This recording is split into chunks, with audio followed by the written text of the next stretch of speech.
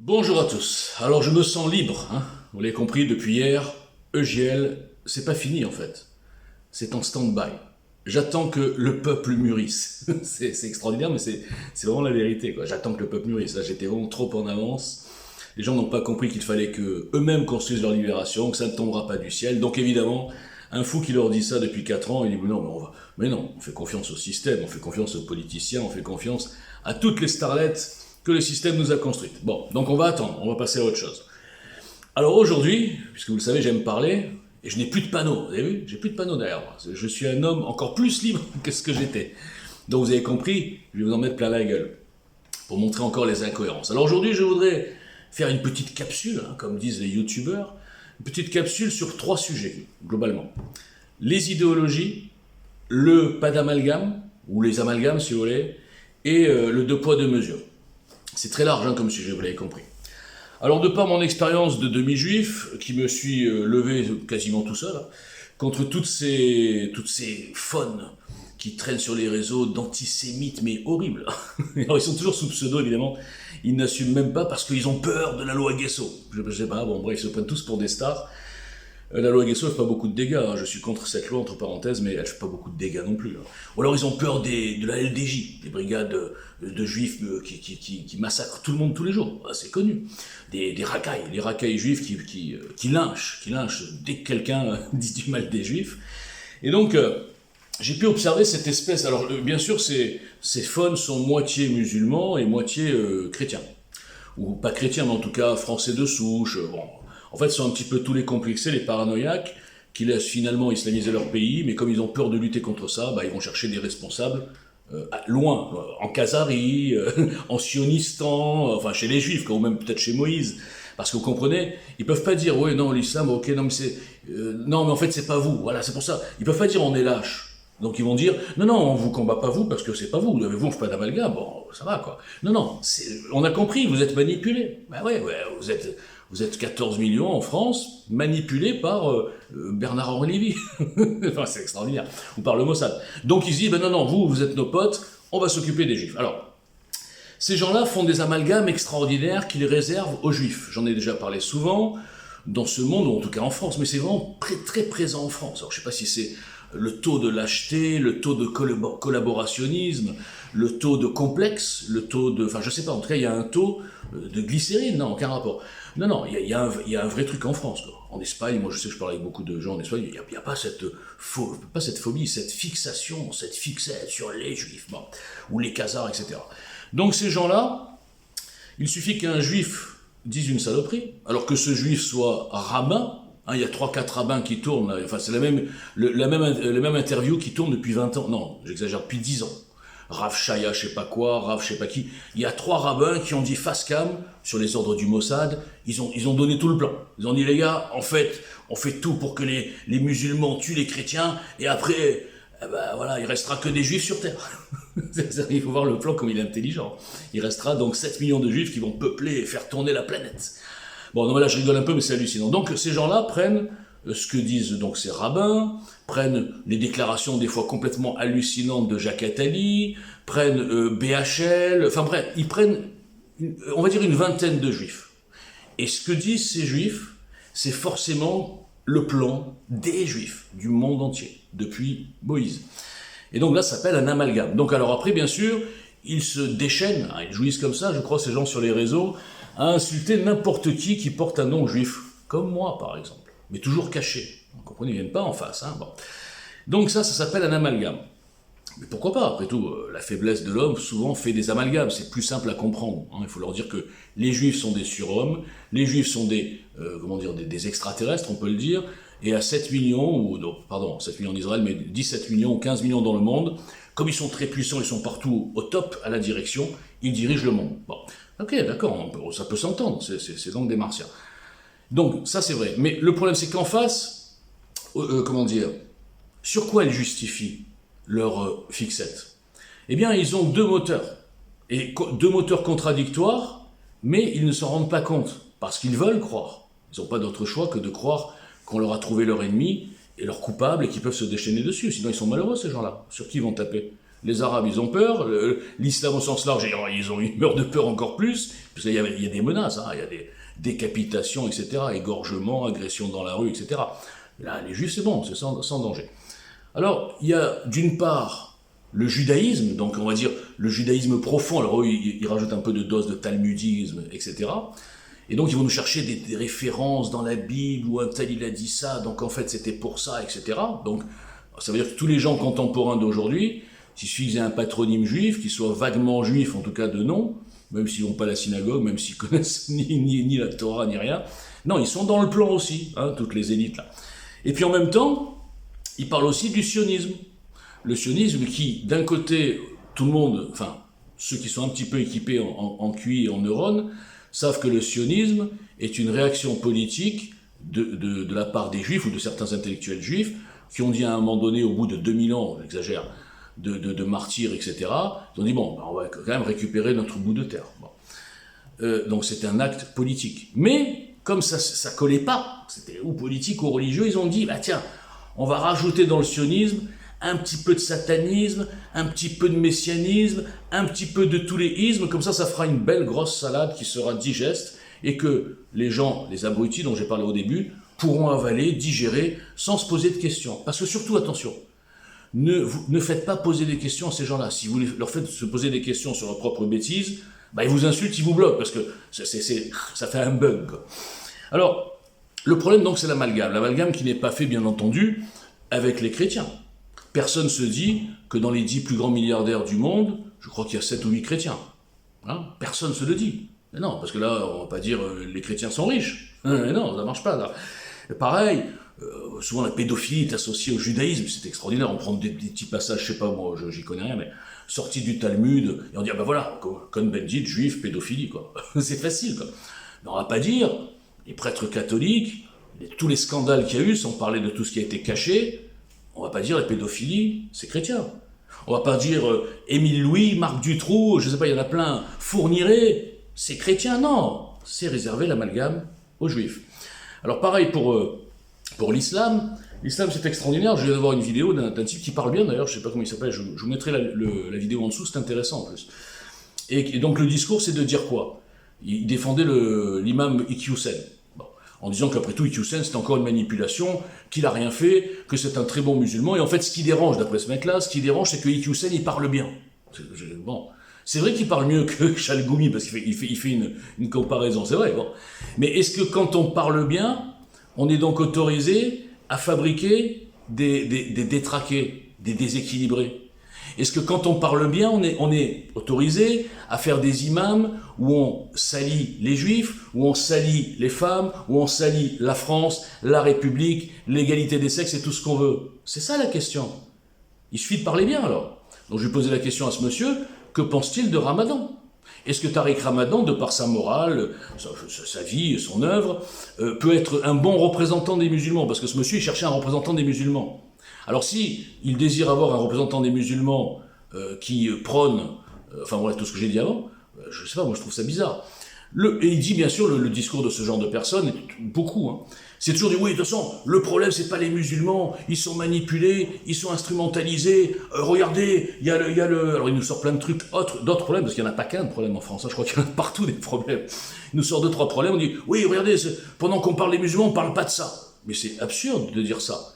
Il y a plein de problèmes et il faut parler de tous les problèmes. Le problème, il a raison, ce ne sont pas les musulmans. Qui a dit ça? Il faut être idiot pour penser que c'est les musulmans. Il faut être idiot comme ceux dont je parlais tout à l'heure qui pensent que c'est les juifs. Voilà. Et souvent, ce seront les mêmes d'ailleurs, ils ne se rendent même pas compte de leur contradiction. Le problème n'est pas les musulmans. Le problème est l'islam dans sa partie prosélyte qui est capable, et ça on peut le voir, on ne va pas le contester, qui est capable, qui a un potentiel de création de déséquilibrés. Voilà. C'est juste ça le problème. C'est pas autre chose, c'est pas les individus.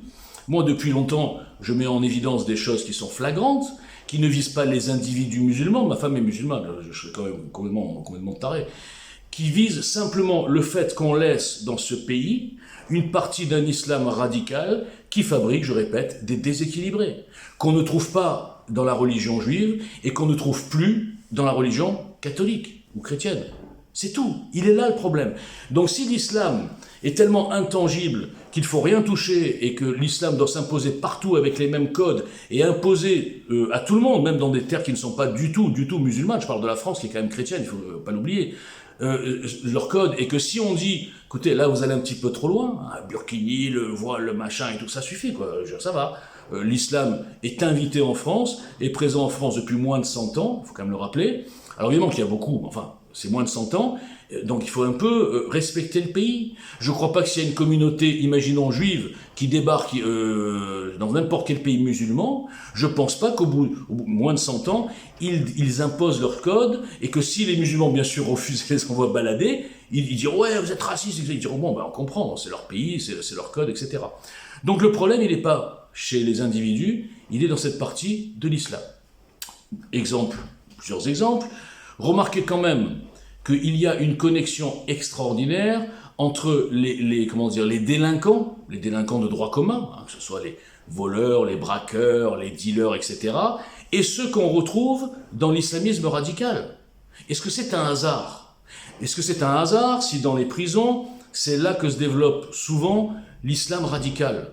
Un type qui ne respectait rien de l'islam, qui a juste de musulmans que le patronyme, comme certains juifs dont je parlais tout à l'heure. Il est bandit, il vole, machin, etc. Même il tue, pourquoi pas. Il arrive en prison, et d'un coup, la rédemption, il rencontre un imam, etc., ou je sais pas, ou des collègues super radicaux, et il sort, et il devient un genre super radical, et sa rédemption, lui, c'est d'aller tuer des gens parce qu'ils sont pas musulmans. Je schématise à peine. Est-ce qu'il y a ça chez les catholiques? Est-ce qu'on a vu beaucoup de braqueurs ou de bandits ou de voyous catholiques ou chrétiens d'origine chrétienne sortir de prison et dire tiens, je vais aller tuer des musulmans parce qu'au nom de la religion catholique? À un moment donné, si on ne dit pas les choses, si on ne dit pas qu'il y a un véritable problème et on masque ça sous le mot racisme, eh bien, on a peur en fait, je crois que c'est ça. On nous a interdit de dire ces choses-là. Il y a un problème dans l'islam, il y a un problème chez une partie des mosquées de France qui diffusent des messages qui sont foncièrement anti-France, anti-républicains, anti-homophobes, antisémites, etc. Il y a des vidéos qui circulent partout où on voit plein d'imams qui parlent des juifs comme des cafards, comme des gens à abattre.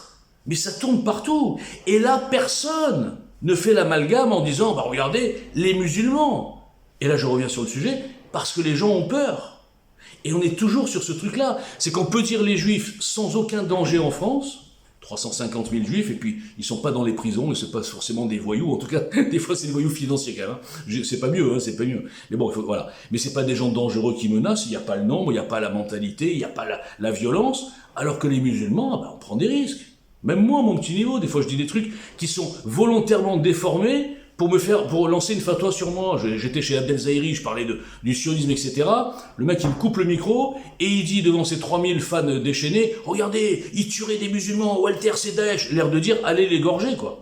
Non mais on en est là, l'impuissance de ces gens fait qu'à la fin ça finit soit par un lynchage, soit par un blocage, soit par une fatwa. Alors est-ce que ces gens au fond ils savent qu'ils défendent le mensonge et qu'à un moment donné dans la panique ça devient la violence parce qu'on n'a pas d'argument, ou est-ce que c'est... Enfin je sais pas, moi je me pose des questions. Donc ce contre quoi il faut lutter c'est l'idéologie. Alors maintenant on va sortir un peu de l'islam. Qu'est-ce qui nous tue aujourd'hui? Je crois que beaucoup de gens commencent à le comprendre, il était temps. Ça s'appelle tout simplement au sens large le mondialisme. Le mondialisme détruit les valeurs, détruit les identités, détruit les religions, sauf l'islam, parce que les mondialistes ont besoin de l'islam pour détruire mais bon, ça c'est encore un peu difficile à intégrer. Les mondialistes instrumentalisent l'islam, non pas pour, comme il dit l'autre, pour faire du racisme ou quoi, mais au contraire, pour noyer les civilisations chrétiennes et quelque part, à la fin, tout casser en termes de civilisation et de racines chrétiennes.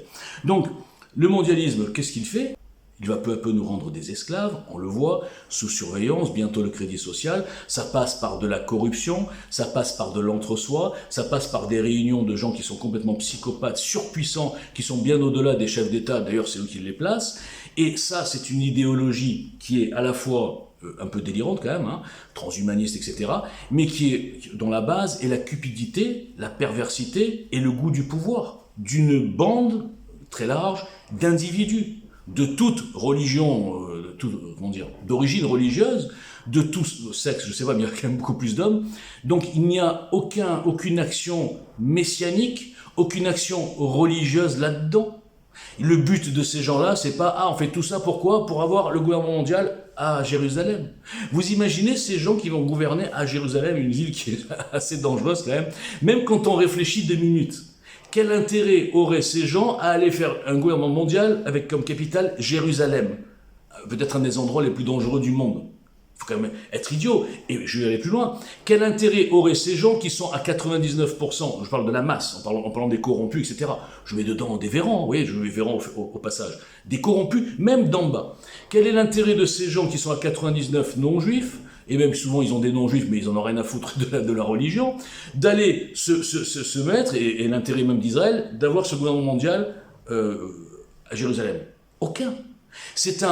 On vous a raconté une histoire, là je parle à tous les antisémites maladifs, on a rajouté dedans des khazars, etc. On vous a raconté une histoire, bien sûr il y avait le protocole des sages de Sion, qui est la base de la propagande, et on vous a raconté une histoire pour qu'à la fin tout colle. Ah bah vous voyez, si la fidélité c'est Jérusalem, c'est que les coupables ce sont les juifs. Et vous avalez tout en bloc. Et vous avez sur les réseaux des centaines, des milliers, des dizaines de milliers de gens qui tournent avec des éléments de propagande, des images toutes faites qui font qu'aujourd'hui, je parle à n'importe qui, on me traite de sale juif, rentre chez toi, on va faire la purge bientôt chez toi. Non mais je dis les gars, reprenez-vous quoi. Ah, moi mon combat de Giel, il n'était pas du tout sur les juifs, j'en ai parlé souvent. Mais puisque vous n'êtes pas mûr pour construire votre libération, au moins reconstruisez votre cerveau. Ah, moi, si je peux vous aider à ça, je le ferai avec grand plaisir, parce que la bêtise ambiante, la rage aveugle, l'antisémitisme, l'incompréhension totale de ce qui se passe, j'en ai parlé. Les gens ne comprennent rien. Ils ne comprennent pas ce qui se passe. Ils ont l'impression que c'est une petite caste religieuse de non-juifs qui dirige le monde. Mais il faut être taré pour penser que des juifs ou BHL ou Jacques Attali dirigent Poutine, Xi Jinping, le Japon, l'Inde, etc. Alors, soit vous êtes taré vraiment, soit j'en sais rien, quoi. Alors on me traite d'arrogant, mais enfin je souligne que des évidences qui montrent la débilité ambiante, qui montrent la lâcheté ambiante, qui montrent les influenceurs qui gagnent leur vie sur votre bêtise. Et moi je passe pour un dingo, alors que moi je ne vends rien, je ne défends rien, je suis pas dans une communauté et j'ai 40 vues. Donc on va pas dire que je suis le mec intéressé quoi, par une notoriété ou des bifetons. Bon bref, donc reprenez-vous les gars. Faites bien la différence entre les amalgames que vous faites avec plaisir et ceux que vous avez peur de faire, j'en ai parlé tout à l'heure, et bien sûr, quand ça vient des musulmans, c'est extraordinaire, là c'est pareil, on cible les juifs, mais on fait aucune remise en cause sur sa propre communauté, on ne fait jamais le ménage. Essayez de comprendre aussi ce que sont les idéologies, ce que sont les objectifs, les complices, la logique, quoi, et pas tomber dans des plans hallucinants. Et le troisième truc, c'était quoi ? Ben, j'ai oublié. Bon, enfin, bon, c'était pas important. Voilà, j'avais besoin de parler, vous avez compris. J'aime bien parler, même tout seul. Bonne journée.